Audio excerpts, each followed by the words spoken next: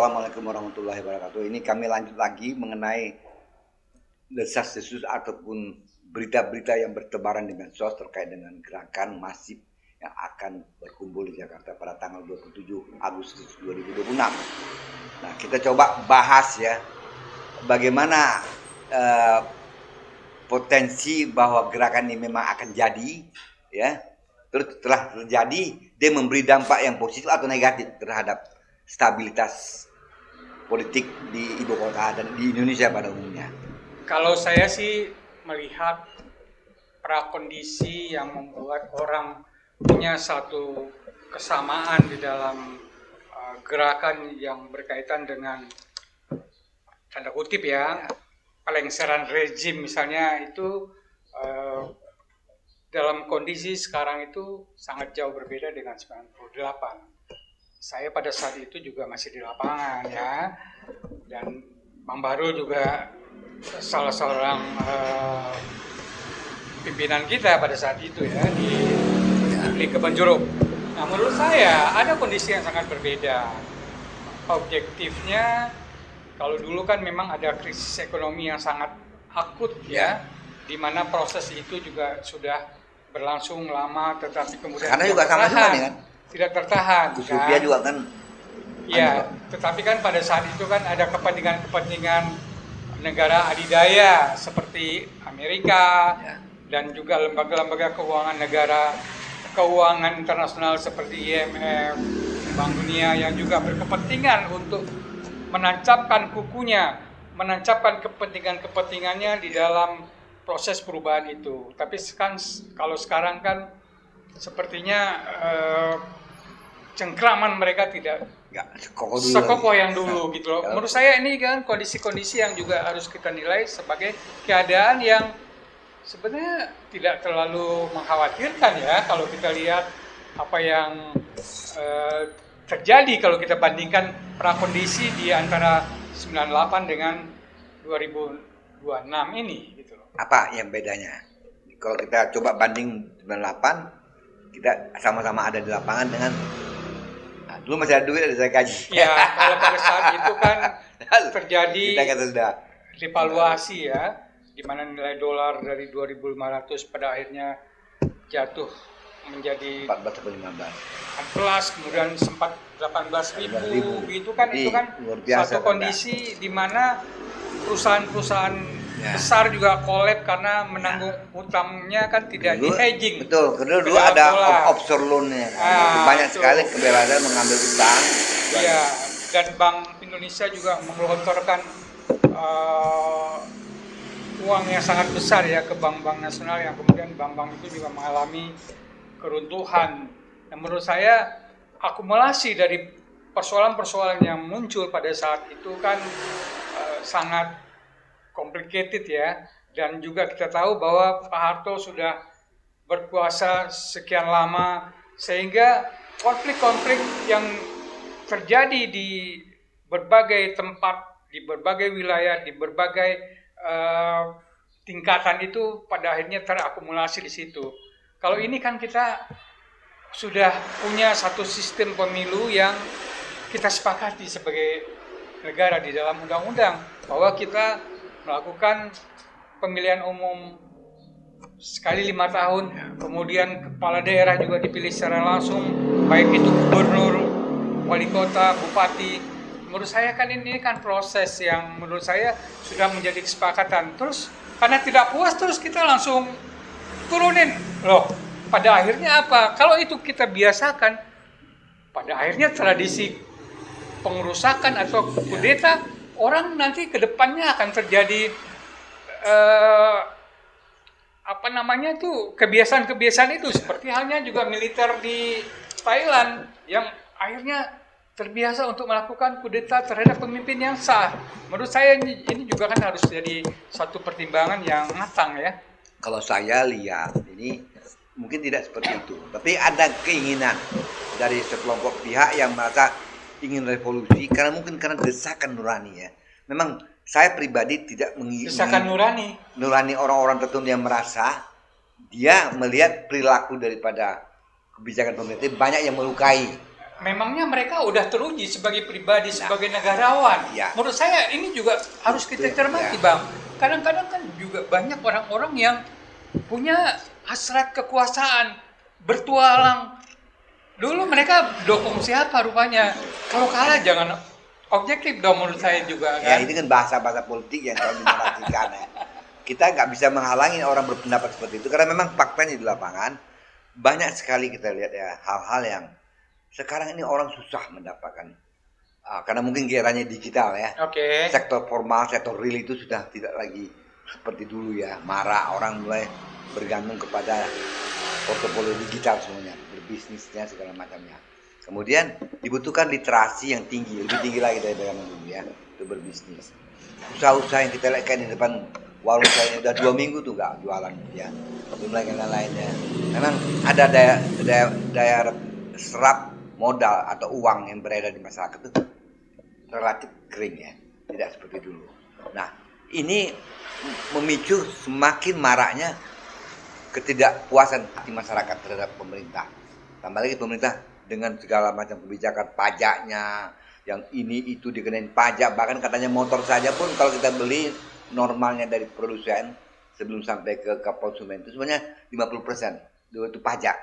Itu kan udah proses yang Ya, udah artinya, lama sekali ya, kan. banyak. Dan Bukan kedua, muncul pada saat ini ya, kan. tapi maksudnya sekarang ini orang lebih terbuka, transparansi dan akuntabilitas itu tidak seperti dulu kan. Sekarang Ya. udah mulai dibuka orang dan orang makin melek. Nah, bagaimana hal-hal seperti ini menurut saya bisa disikapin oleh pemerintah agar bisa meredam aktivitas-aktivitas yang berpotensi untuk membuat ledakan pada tanggal 27 atau gerakan-gerakan masif ya. Nah, ini yang menurut saya pemerintah harus cerdas. Tidak perlu melakukan konfrontatif ya dengan massa. Karena kalau ini terjadi bahaya sekali. Lihat di Aceh kemarin kan kasusnya Damai Aceh itu tanggal 15 ya. Nah, ini kan bisa dipicu masuknya kelompok yang menghancurkan simbol-simbol negara. Akhirnya kan serba salah kan. Kok bisa? Tapi memang faktanya di Aceh itu banyak sekali penderitaan rakyat kecil ketika dia mengalami bencana lingkungan, tidak ada turun pemerintah ke sana langsung kayak Pak Prabowo, kemudian alokasi anggaran untuk mereka juga ternyata setelah dapat laporan kita dari sumber-sumber pemerintah ada alokasi anggaran yang diberikan oleh pemerintah ke Aceh, tapi macet di tengah jalan. Ya, artinya apa? Nah, ada kan, aparat di dalamnya yang bermain kan. Nah, tapi masyarakat di bawahnya keburu terprovokasi kan karena memang mereka nggak dapat apa-apa. Nah, ini kan betul-betul pejabat-pejabat bajingan ini kan. Mereka tega memainkan kartu keuangan negara ya untuk memperkaya dirinya, tapi rakyat di bawahnya makin marah. Ya, memang secara objektif kalau kita cermati ya kemampuan teknokrasi dari pemerintahan di bawah Pak Prabowo ini kan relatif, kalau boleh kita nilai ya mungkin banyak di antara petinggi-petinggi di kementerian ini kan tidak punya kemampuan teknokrasi yang mumpuni ya di dalam mereka menjalani roda pemerintahan. Begitu juga mungkin pendukungnya di level yang lebih di bawahnya di eselon 1, eselon 2 yang juga mungkin tidak punya jiwa korsa yang kuat sebagai kita sebagai satu Ya, negara satu sebagai Indonesia bangsa. ya. Pada akhirnya kan mereka lebih mementingkan kepentingan kelompok, kepentingan orang-orang tertentu. Sebenarnya kan itu tidak boleh terjadi. Pada akhirnya kan seperti yang selalu didengungkan oleh pemimpin tertinggi kita Pak Prabowo kan demi rakyat, harus mementingkan rakyat, kan itu sebenarnya kan satu simbol dari ajakan, tetapi kan di bawahnya kan belum tentu juga bergerak seperti itu. Artinya apa? Orang-orang yang mungkin ada di lingkarannya Pak Prabowo ini juga tidak punya kemampuan yang sangat tinggi di dalam memainkan peran mereka untuk mencoba untuk menetralisi kondisi-kondisi yang merugikan masyarakat. Ada dua. Bisa dia tidak mampu, ganti. Kalau dia nggak mampu mengantisipasi, membalas pesan-pesan moral dari atasan itu ya. Ini kan ada, kalau kita jadi pejabat negara ini kan kita mesti punya satu kata kunci yang bisa. Ini artinya begini. Ya. Nah kalau dia memang nggak ngerti, ganti sama yang ngerti atau diberikan briefing dulu sebelum dia dulu di jabatan itu. Tapi kalau dia memang double, ya harus terpaksa kita pinggirkan. Kedua, Pak Prabowo juga harus cukup jangan banyak kali ngomongnya. Satu kali aja. Kalau saya lihat kalian tidak beres juga, saya tindak. Jadi operasi senyap namanya. Nah tapi ini agak anomali gitu ya saya lihat. Pak Presiden juga hobi juga ngomong. Jadi orang makin sur memainkan kartunya kan. Tuh lu ngomong begini Bang. Nah, ini jadi meme yang tidak menyenangkan ya. Saya pikir kita ngobrol di sini ini memang tidak ada kepentingan untuk mendiskreditkan siapapun ya. Tapi kita ingin memberikan masukan kepada pemerintah. Karena pemerintah ini apapun namanya adalah legal ya. Yang diberikan otoritas oleh undang-undang dan konstitusi. Tapi tetap perhatikan rakyat ya. Karena jangan sampai nanti gerakan-gerakan yang tadinya hanya untuk menyuarakan aspirasi tapi bisa-bisa menggolkan tujuan yang sangat lebih dari itu kan. Ya, ya. Langsung yang kita khawatirkan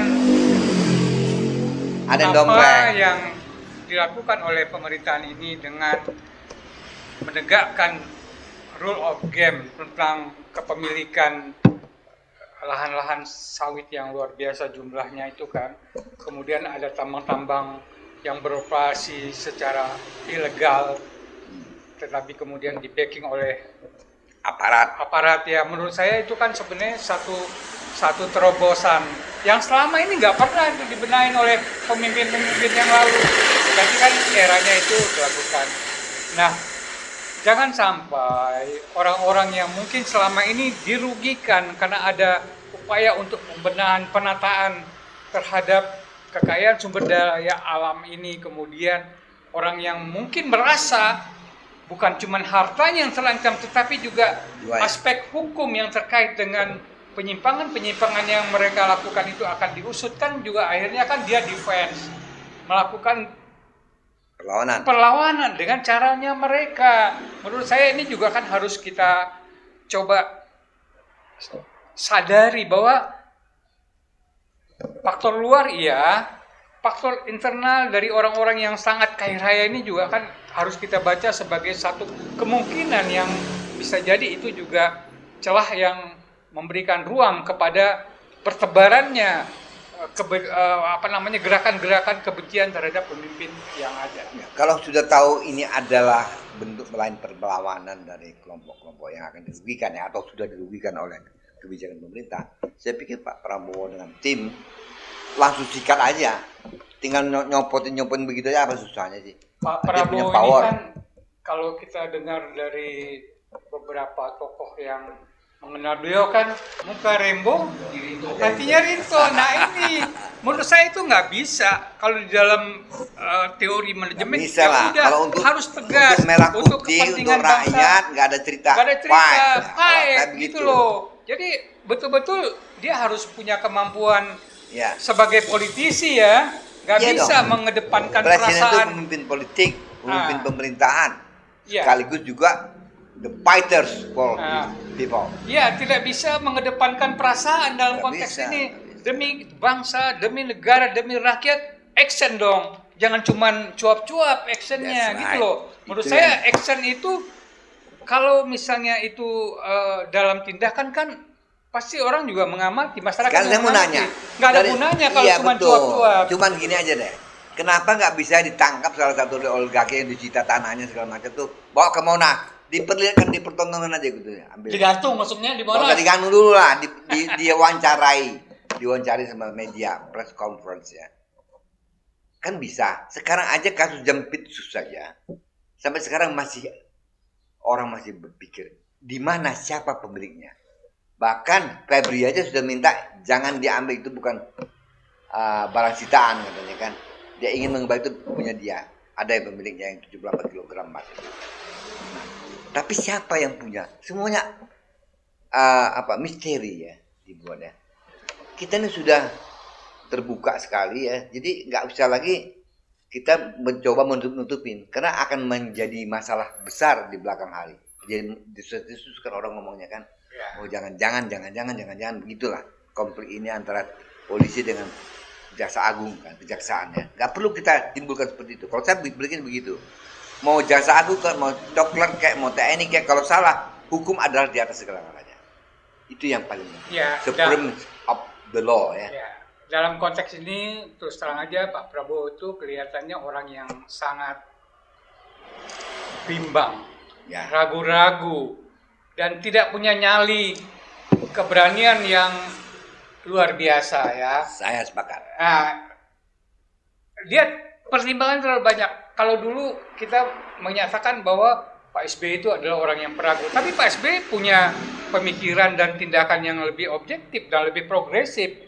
Tapi Pak Prabowo yang kita bilang sebagai orang yang pernah lama di Kopassus, tapi kok actionnya kok memble ya gitu loh. Ini ada faktor, mungkin usia juga ya. Beliau kan sudah berumur ya. Sudah 75 tahun mungkin lebih kata. Jadi mungkin ada faktor. Kedua, dia hidup dalam kondisi yang mapan. Sejak lahir sampai sekarang. Sementara di negeri ini ada orang sejak lahir pernah hidup di comberan. Nah, sementara di negeri ini banyak orang dari lahir sampai tua dan meninggal pun keadaannya payah. Ya, kalau istilah sebanyak Pak Bambang Pacul, dia bukan Korea. Apa itu Korea? Korea itu adalah orang yang hidupnya itu antara iya dengan tidak, tapi karena perjuangannya sangat tinggi, punya jiwa korsa yang tinggi hingga survive dan berhasil menjadi orang. Ya, itu banyak contohnya kayak orang kayak Jack Ma segala macam. Nah, masalah inilah saya kira faktor. Ketiga adalah faktor yang mengambil kepentingan atas berbagai kondisi yang dialami oleh Pak Prabowo ini. Mereka mengambil manfaatnya. Satu manfaatnya bisa survive ya. Nah, itu ada yang bilang itu yang namanya para flatterer yang jilat ya. Yang penting aman katanya kan. Yang penting asal bapak senang. Tapi kan mengorbankan rakyat, masyarakat, negara yang begitu gede kan itu masa bodoh. Yang penting kapan lagi kalau gua nggak ikut terlibat dengan kekuasaan, kapan lagi gua jadi gembel di luar. Ini kan persoalan kita kan di sini nih. Lagi di luar gawang, teriaknya luar biasa untuk demokrasi kan. Tapi giliran masuk dalam sistem, dia mulutnya nah terstrip. Apa kurang banyak gitu lah contohnya. Saya udah capek lah ya. Saya sudah pernah menjabat di berbagai lini pemerintahan ya. Jadi kadang-kadang saya sedih sekali memang. Ini karena faktor kemiskinan kak dulu atau karena memang kita memang nggak punya idealisme yang untuk kepentingan bangsa ini. Kayak ayam dan telur nih kalau begitu kita. Ya, ini ya makanya kita mesti menguji semua perjuangan daripada para aktivis ini ya. Kalau memang bagus kita bangga. Karena bagaimana di Iran saya lihat dapat informasi dari duta besarnya Badan Perbaikan. Para pejabat pemerintah di Iran itu luar biasa sangat sederhana. Kalau itu harus kita. Jadi kenapa kita nggak mencontoh dari mana saja? Toh itu adalah sesuatu yang baik buat bangsa. Fondasinya udah beda, ya, Bang. Mungkin inilah yang dibutuhkan oleh rakyat kita. Ini kalau kita datang ke DPR, Anda lihat mobilnya macam-macam. Luar biasa kayak showroom mobil. Saya pernah suatu kali ke sana. Jadi bagaimana? Tadi ada yang rame soal beras saja kan dimasalahkan. Tunjangan beras DPR itu 12 juta loh. Beras apa itu? 1 bulan 12 juta. Orang beli beras 13.000 perak udah bagus kan. Kali berapa? Nah ini saya kira yang kita hadapi sekarang. Jurang antara kaya. Jadi bubarkan DPR nih. Itu kalau saya ditanya pribadi, perilaku dewan dengan segala macam pasal yang mereka terima tidak relevan dengan apa yang seharusnya mereka lakukan ya. Mereka belum mewakili aspirasi rakyat. Itu yang saya pribadi ya. Sorry nih. Bagi saya DPR itu sudah merupakan bagian dari kerusakan terhadap sistem politik kita. Tapi karena konstitusi menjaminnya tetap ada, nah inilah polemiknya. Di mana dia udah, ya kan? Apakah dengan cara keras menunggu 2009 atau ada kelompok yang tidak menunggu lagi kan? Habisnya sudah selesai kan? Kan biayanya kan cost of. Nah, jadi itu saya pikir ya.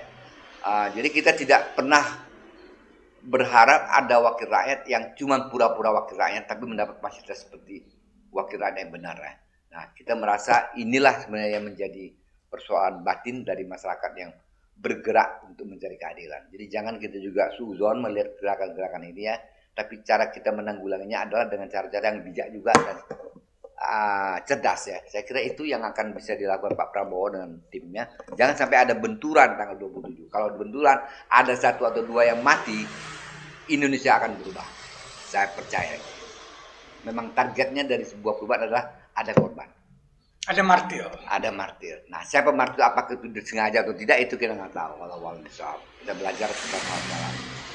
Oke, dari itu demikian tadi kami punya pembahasan. Kami berharap bahwa apapun yang ingin dirubah di negara ini tetap kita dalam koridor konstitusi, koridor hukum yang baik, dan sama-sama mendapatkan manfaat yang baik ya. Dan kita berharap pemerintah akan lebih cerdas dan lebih bijak menangani setiap masalah yang terjadi. Jangan malu untuk melakukan mohon maaf dan berubah ya. Ini kita lihat sendiri bahwa bangsa ini tidak lagi baik-baik saja. Saya akui dari studio kita dan rekan mulia mengucapkan terima kasih kepada Anda. Tetap semangat, tetap merah putih dan bangkit menjadi negara yang lebih baik lagi. Wabillahi taufiq wal hidayah. Wassalamualaikum warahmatullahi wabarakatuh.